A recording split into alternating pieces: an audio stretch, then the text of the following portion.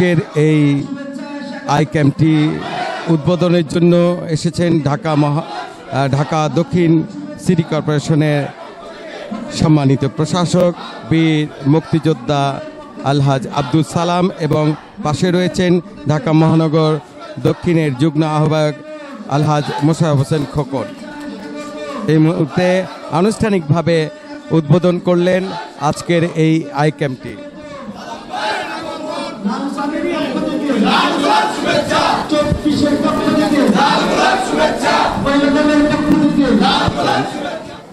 অনুষ্ঠানের প্রধান অতিথি হিসেবে এই মুহূর্তে উপস্থিত হয়েছেন ঢাকা দক্ষিণ সিটি কর্পোরেশনের মাননীয় প্রশাসক বীর মুক্তিযোদ্ধা আলহাজ আব্দুল সালাম। এই আই ক্যাম্পের সার্বিক ব্যবস্থাপনায় রয়েছেন আলহাজ মোহাম্মদ মোশাররফ হোসেন খোকন, সাবেক কাউন্সিলর 24 নং ওয়ার্ড এবং যুগ্ম আহ্বায়ক ঢাকা মহানগর দক্ষিণ বিএনপি। আমরা দেখতে পাচ্ছি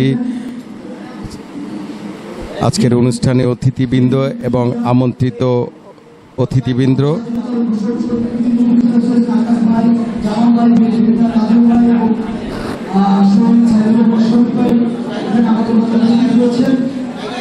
তো অনেকের নাম আজকে জানেন যে সিটি ক্যাম্পের বিভিন্ন পেশেন্ট এখানে উপস্থিত হয়েছে।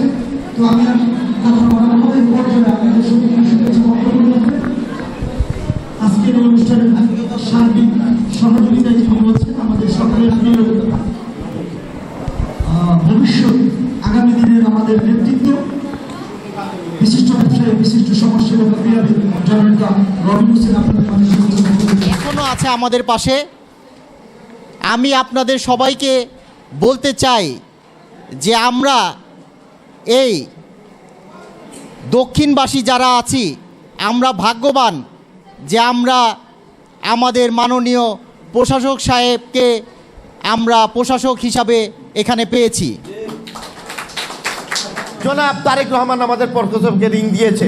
আপনি কোথায় এখনো রাস্তায় ঘুরতেছেন? বলেন আপনার এলাকার পানির অবস্থা কি, কোথায় কি পানি জমছে কি না। তো ভাই উত্তর দিল যে না আমি ঘুরছি, কোথাও নাই, যাই ছিল সব পানি চলে গিয়েছে, আমাদের পরিচ্ছন্ন কর্মী কাজ করতেছে। তো ওখানে আমাদের মাননীয় সংসদ সদস্য জনাব হামিদুর রহমান হামিদ ছিল। ভাই হামিদের কথা বলল যে এমপি সাহেব প্রধানমন্ত্রী স্যার আপনাকে একটু এমপি সাহেব সালাম দিবে। তো আমাদের হামিদুর রহমান হামিদও আমাদের প্রধানমন্ত্রী জনাব তারেক রহমানকে সালাম দিল।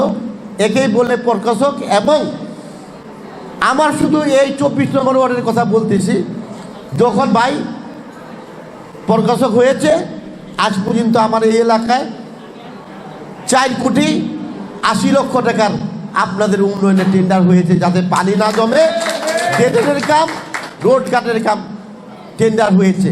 তো যদি আমার শুধু এই এলাকায় এই পাইপ প্রকল্প হয়েছে, কতদিন হইল? বেশি দিন তো হয় না, কত হয়েছে।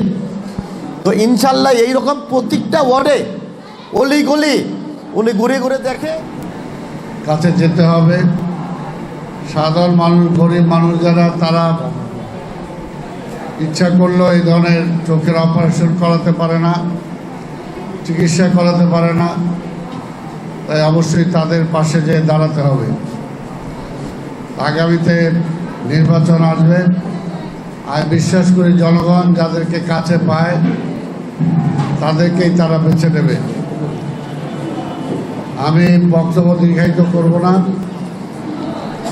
আমাদের নেতা বর্তমান প্রধানমন্ত্রী দায়িত্ব নেওয়ার পর থেকেই চেষ্টা করছেন সাধারণ মানুষের বিভিন্ন কর্মসূচি বাস্তবায়নের জন্য। পাশাপাশি আজকে বিরোধী দল কোনো কথা নয়, তারা চেষ্টা করছে জনগণের কল্যাণে কর্মসূচি না দিয়ে জনগণের উন্নয়নের কর্মসূচিকে বাধাপ্রাপ্ত করার জন্য। বাবা একটু ওয়েট করেন, 5 বছরের জন্য একটা নির্বাচিত সরকার আসছে, 6 মাসও যায় নাই, এখন থেকে আন্দোলনের কর্মসূচি শুরু করে দিয়েছে। তারা ধমক দিচ্ছেন। এই সমস্ত ধমক দিয়ে বিএনপিকে কি টলানো যাবে? টলানো যাবে না। বিএনপি জনগণের দল, সবসময় জনগণের পাশে আছে, আর ইনশাআল্লাহ জনগণের পাশে থাকবে।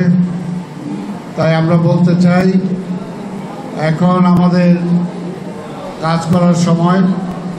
বিএনপির প্রতিটা নেতা কর্মী মানুষের কাছাকাছি যেতে হবে।